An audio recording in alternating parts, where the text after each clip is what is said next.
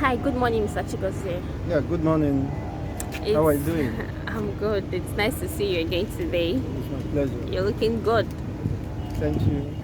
Yeah, so we're going over to the news headline. We are not part of you. Governor Wike sent serious warnings to IPOB members. What do you think about this statement? That is very funny enough to come from a man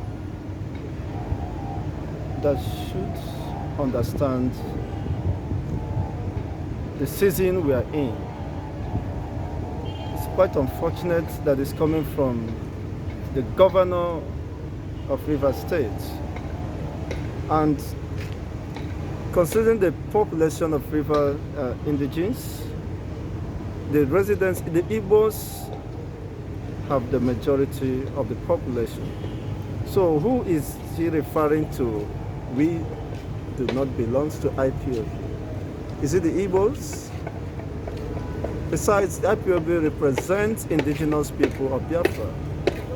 And every region within the southeastern region forms the Biafran territory. So what is he referring to? What did he mean by that? So Wike, I think, is becoming more distracted at this time, when he should understand what the people are clamoring for, what is the expectation of the people. Even in his own state, he's owing arrears and have not been able to offset those arrears.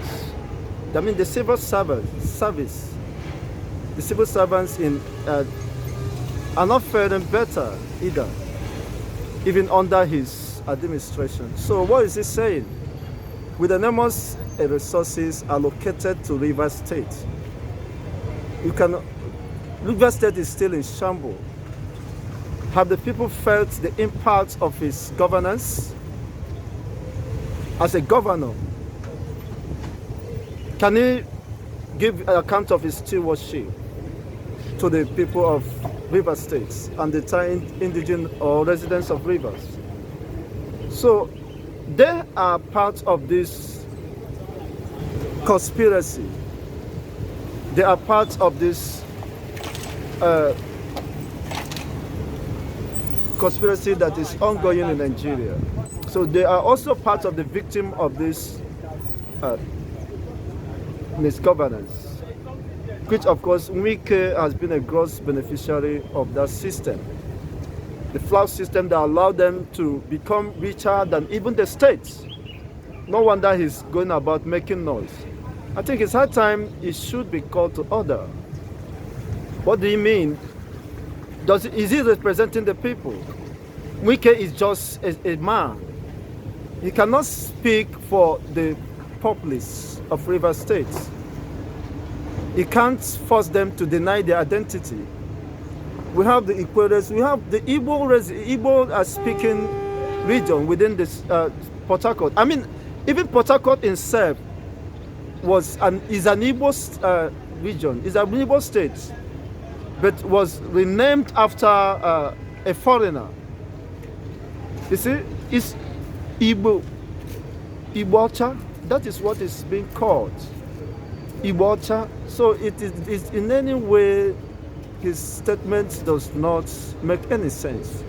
It is the people that decide who they are, and they cannot deny or scrap their identity. So Wike should go and rest. He should go and rest and begin to count his losses. Of course, we are not forgetting too soon the gruesome murder. Of course, he is considered as the little Hitler. We understood his antecedents in recent past, where he deployed Nigerian armies of Fulani extraction to commit genocide against the Igbo race. So I think he's trying to remind us of the recent past, which we are not forgetting too soon. So IPOB is on ground, and he is never a match. All his life, all his family can never. Who is he? So it's nobody to discuss about or to pose a threat to IPOB or to the restoration of Biafra. I think this message to be passed across to him, that it is the people that owns the land. It's the people that owns the governor. So it's just privileged to have been there for an elective period of 4 years, and probably he has been returned for another 4 years. After the 4 years, he has to leave, vacate the office for the people, and the people decide who next if Nigeria still exists. But above all, I think the people at this time have come in terms with reality that they are no longer part of this system called Nigeria, because they have lost that sense of belonging. And you can see the level of intimidation meted out to the old eastern region. The presence of the federal government has not been felt within those regions. You can see almost 95 or 90% of the resources used to run this country come from that region. But those regions are the most neglected region within the construction called Nigeria. Look at the flaring of gases. I mean, everywhere has been desecrated. Our farmland has been desecrated. You see, by the spilling of crude oil. Look at the organic cleanup. For over decades now, it has been politicized. And Wike himself is not doing anything about that.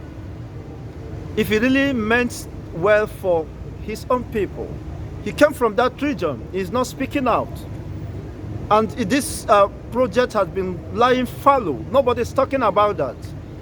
And the present dispensation government is busy constructing railway from Nigeria to Niger Republic, to Chad. And we have not come to that consciousness to ask why, by virtue of the position he occupies. The Ogoni land is there, people has lost their source of water. They have lost their source of livelihood, their farmland. The fishermen could no longer access the rivers because of the oil spillage and what have you. And this man kept mute and is making useless and senseless statements. Who is he? He's a bastard. He can go and hang himself if he so desire.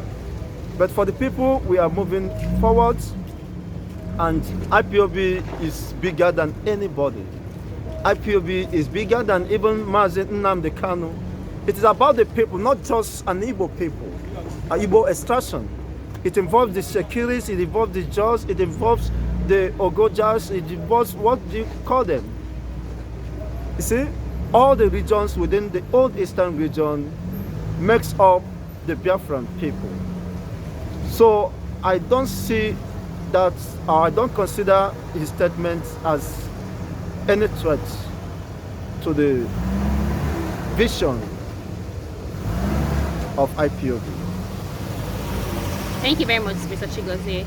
Okay, so over to the next headline. We have federal government not responsible for prosecuting kidnappers, bandits, says Lai Mohammed. What do you have to say as regards what Lai Mohammed? We recall that the PDP already made mention that the present government should be responsible for the security of the nation. So this comment is coming like him trying to respond to what PDP have said. It's a very big shame on the Minister of Information, Lai Mohammed, or whatever you call him. At this time, he has no one to blame. If it was during his their first tenure dispensation, they would have levied the whole blame on Jonathan. Jonathan was responsible for their failure. Now, having returned the second time in office, the second tenure, they have no person to blame. Rather, they try to shift the blame, to push it aside, exonerating themselves why they should have been, they should have covered their faces in shame. What is the primary responsibility of governments? Is to protect the life of her citizens and their property. Once you fail in this primary objective, you have